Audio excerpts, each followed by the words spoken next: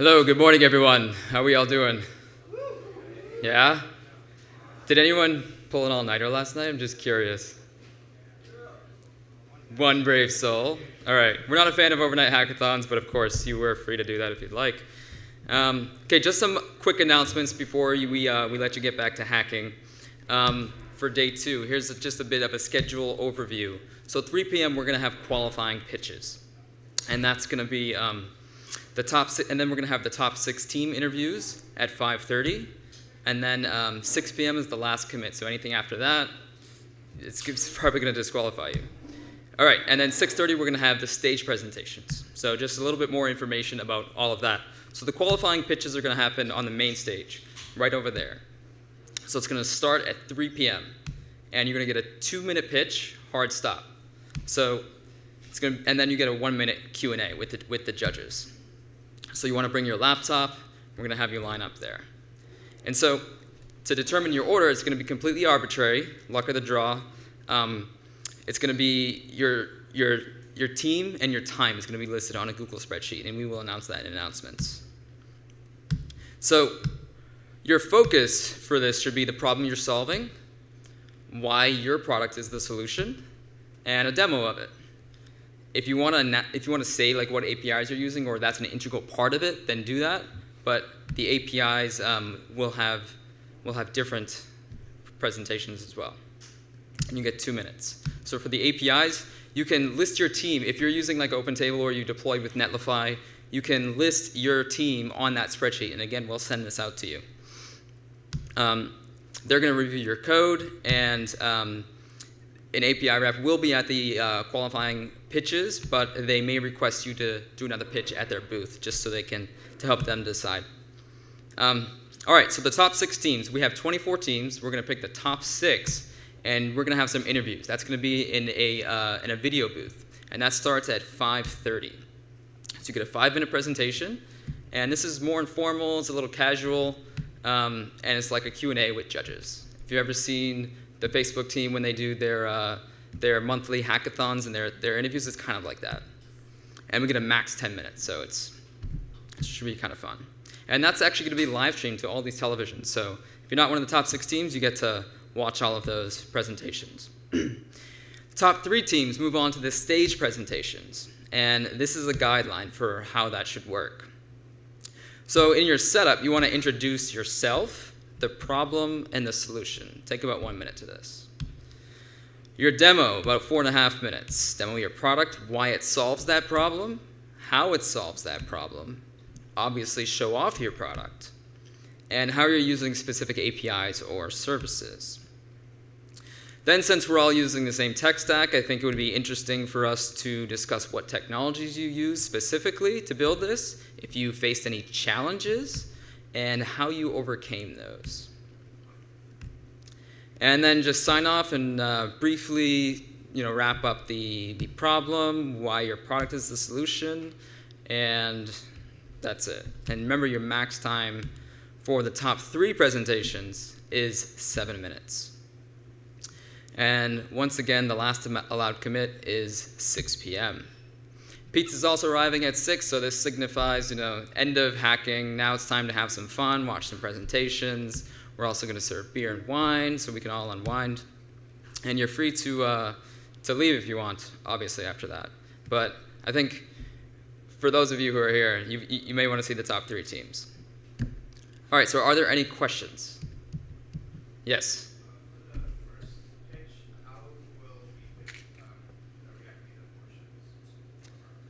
The React Native portions? Yeah, you can just demo for us on your phone. Yeah, if you have it like on your computer, on your laptop, then you can show us on there, or if you actually have it on your phone, you can show us on your phone. Yeah. Cool. All right, any other questions?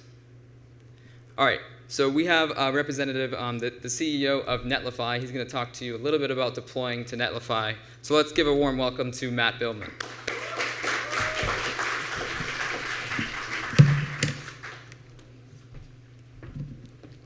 See if I can get this set up.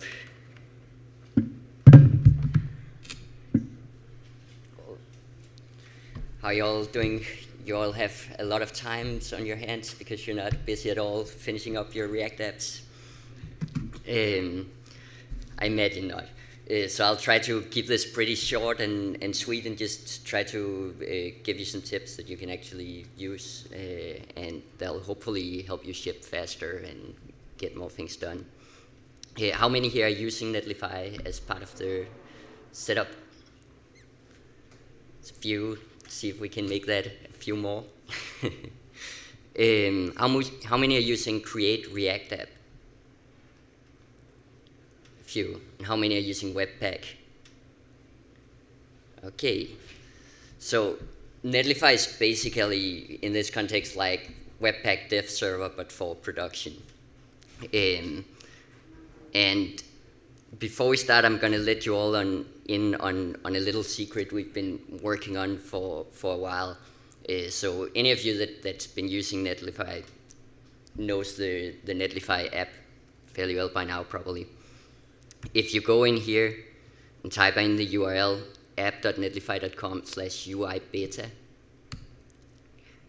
then you're all invited to try out our completely redesigned new UI. You can always switch back and forth, but I recommend just clicking try it and loading the new version. App.netlify.com/UI-beta. Now, before doing this presentation, I used Create React App to create a small demo app. And I can start my local dev server with yarn start, and we all know the typical React boilerplate screen.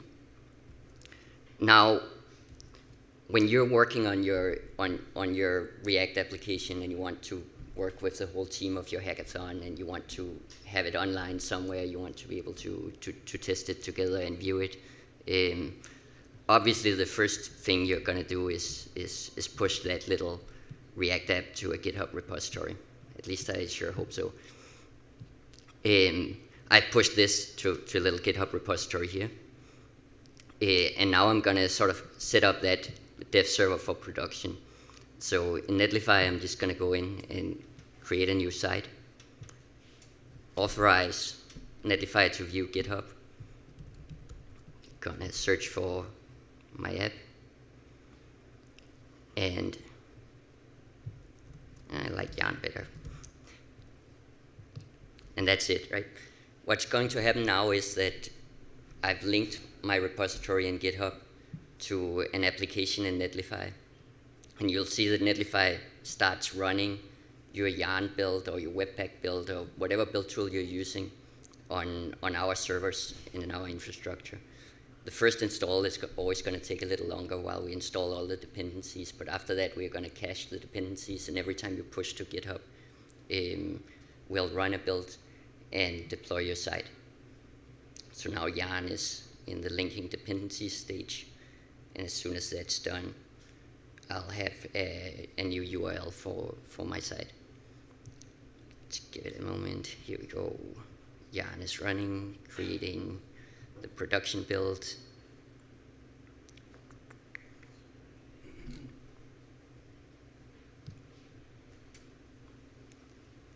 And here we go, deploying to our CDN. At Netlify, we run our own content delivery network, where every time you push one of these builds, we deploy to servers across all of the world to give the best possible load times on the front end. I now have my React app running on the CDN. Can easily give it a better name.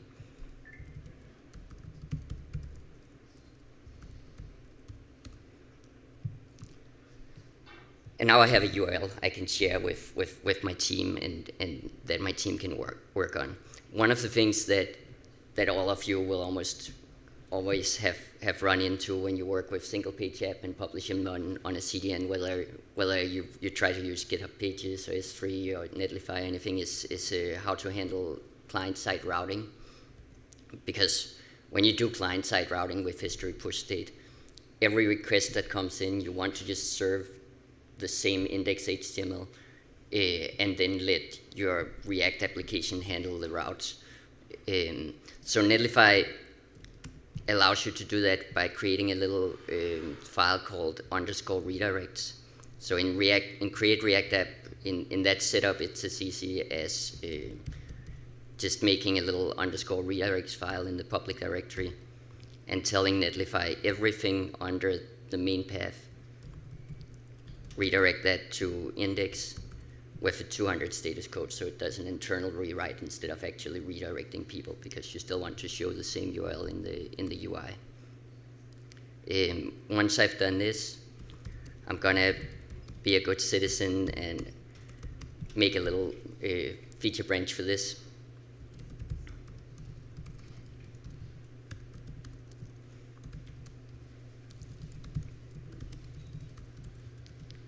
I'll check in my file.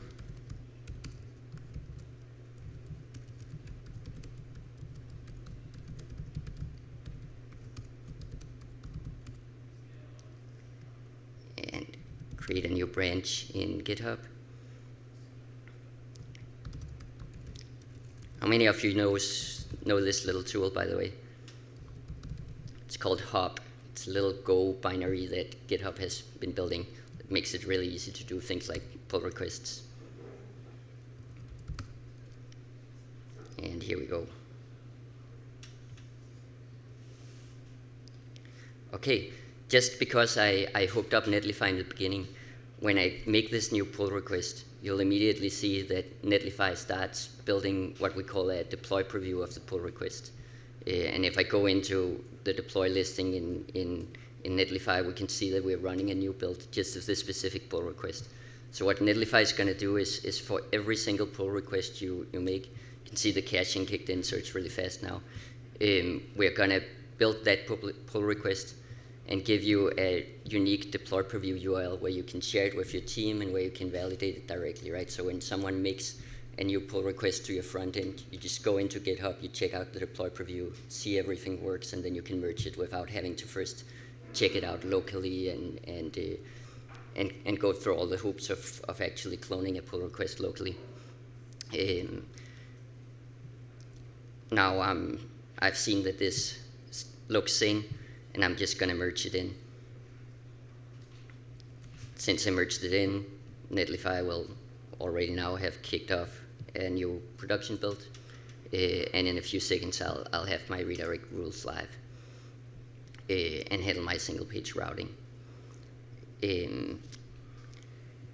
We can also do this not just for pull requests, but for any feature branch you run, so you can get a unique URL for any of your feature branches. That's normally only available on our higher plans, but for open source projects, we have an option to just go in here under plans and say, I'm an open source project, and upgrade to our pro plan for free. And for anyone building a project during this hackathon, feel free to go in and grab one of these plans. As soon as you upgrade to the open source plan here, we'll start not just building your pull request, but also every single branch you push to GitHub will give you a unique URL where you can follow that branch, so you can have different development versions and staging versions and so on.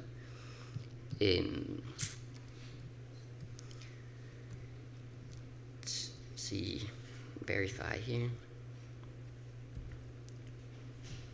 We have a new version of the site live, and if I go here, we'll still show the index, and you can let the React routing layer handle your client-side routing.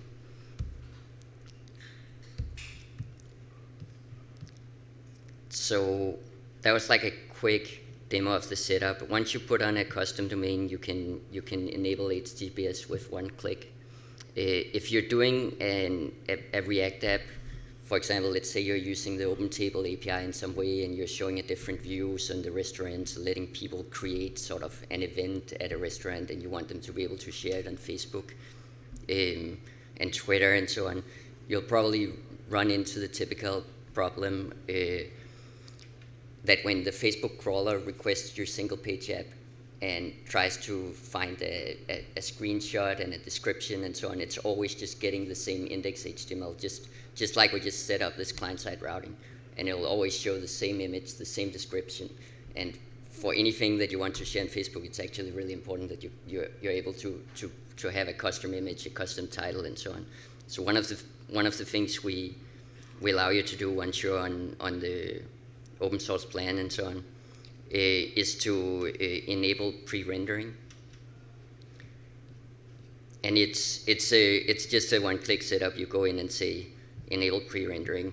Now what will happen is that whenever a request comes into our content delivery network from a crawler like Facebook or Twitter or Reddit or anything like that, instead of just showing them the index, the empty index HTML file for your React app, we'll send that request to a cluster running Phantom.js that will actually load the whole page in a headless browser and then snapshot your HTML and send it back. And then we cache it for a day. And that means that whenever you're doing some app in React where you want people to be able to share it, it's a one-click setup, and then you can start actually just controlling the OG meta tags and so on directly from your React app and have it work. The last things I wanted to show you guys is just some tips. We have a concept called deploy context. So when you set up the Netlify integration from the UI, as I just did, we'll try to guess what build command you're using and what directory you want to publish after each build command, but you can override that.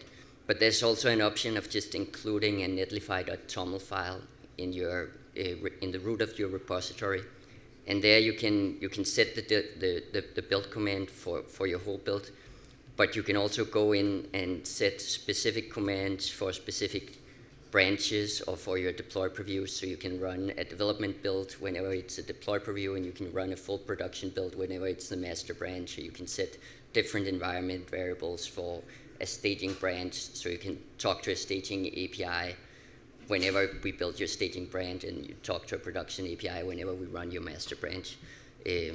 I'll link to all of these resources in the Netlify API channel on the Reactathon Slack. This is really useful if you're like setting up a few different environments and you just want to make sure different variables are always in your environment when running that.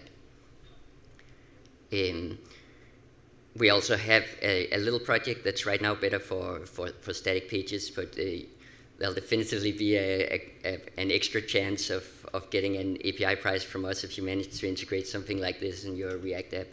It's called the Netlify Context Explorer.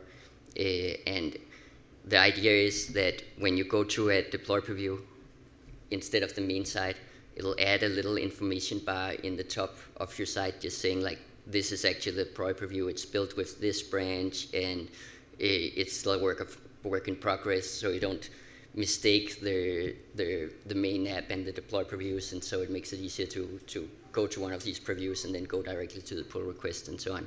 Right now it's really easy to integrate sort of in more static site generator based flows and so on, but the script will also be a great basis for injecting something similar into your React app and always be able to see in all of the development versions which commit does this come from, where's the actual pull request for that.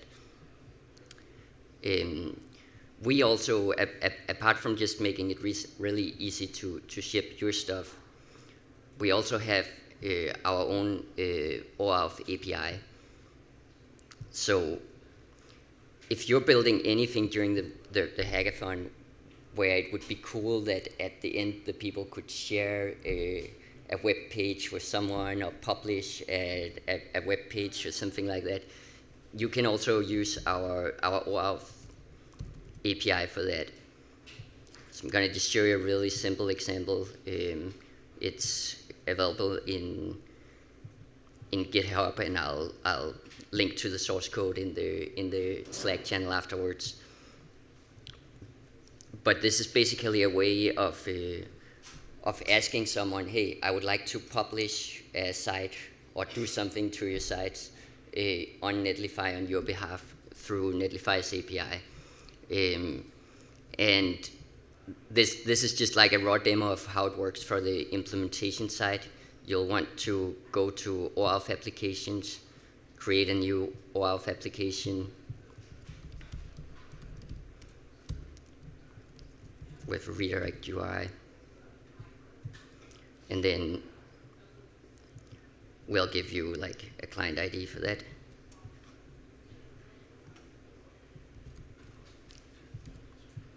And once you have a client ID like that set up and a redirect URL, you can ask people to say, okay, authorize this application to write to my Netlify account. We'll send them back to the app. And this is just like a small demonstration of interacting with the API. This just loads all my sites with my access token after I've been sent back. But you can also use our API to for example, again, let's say you're doing some React app integrating with the OpenTable API that lets people create an event together and set up a restaurant and so on like that. You could then at the end say, hey, allow us to publish this event as a website.